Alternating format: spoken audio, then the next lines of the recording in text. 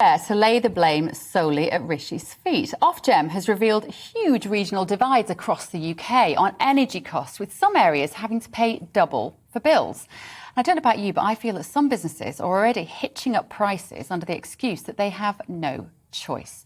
Scarlett, I'm going to come to you now. Do businesses have no choice right now? Have you noticed what I'm talking about? Well, I mean, certainly petrol stations are not giving the 5p off. I mean, some of them quickly raised their prices so that they could lower them by 5p. And I think on average, they're saying that it's 3.7p each. So, yeah. I mean, a lot of businesses had a very, very tough pandemic. So I think one can't generalise. But certainly some are taking full advantage. And it's sort of, look away, it's Ukraine. Look away, it's this, it's that. And we have to raise our prices.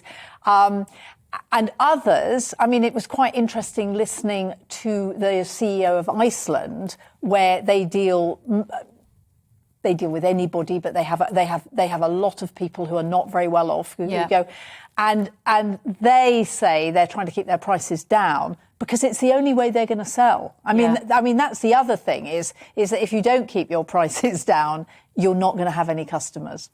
Unless we don't have a choice. I mean, this is what I am noticing, Lee. I don't know about you, but it feels like the prices are just going up everywhere. And when you say to somebody, blimey, that's more than last week, they go, well, you know, we're in a cost of living crisis. And first, it was Brexit was the first excuse, then COVID and lockdowns were the second excuse. And now it feels sometimes like the business owners are now using the current cost of living crisis and the war in Ukraine as an excuse. I mean, you are right. I mean, this is totally anecdotal, but I was in a bar in central London recently, and one glass of wine cost £13.80, which the same wine, you can buy 2 bottles of that in the supermarket. Yeah. So, and you are right to notice what's going on. However, I would like to take a step back from the current issue and ask why a short-term hike in prices plunges so many households into crisis. So if we had a society in which wealth was more equally distributed, we wouldn't have a situation where so many people are living just on or just above the poverty line, so that a sharp increase in prices pushes them into crisis and people have then to choose between heating and eating. So if you look before the pandemic, you've already got 14.5 million people. It's over a fifth.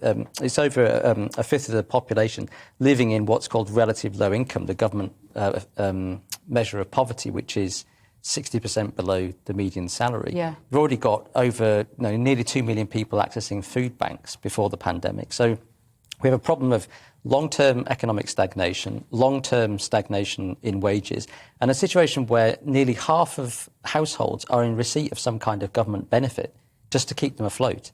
So we're already in an incredibly fragile situation. And then we get a one-off inflationary spike because of all the lockdowns, and then loads of people are pushed into crisis. We should never have been in that situation in the first place. Is it all Rishi's responsibility? A lot of it is, because we should never have responded to COVID in the way that they did, with the lockdown, with spending £500 billion extra over the last 2 years. It's a basic economic principle. If you do that much quantitative easing, you create 25% more pounds, more currency units. The value of your currency unit is going to go down by 25%, and eventually that's going to feed into inflation. So a lot of people ask me, what would you do to stop it? How can we deal with this? And I've got to be honest and say, well, that's already happened. And there's nothing you can do to stop that amount of inflation sort of feeding through in the next couple of years. But what we shouldn't do is create more inflation and more quantitative easing. So you have to get back to balancing the budget, which is going to be difficult. But if we don't do that,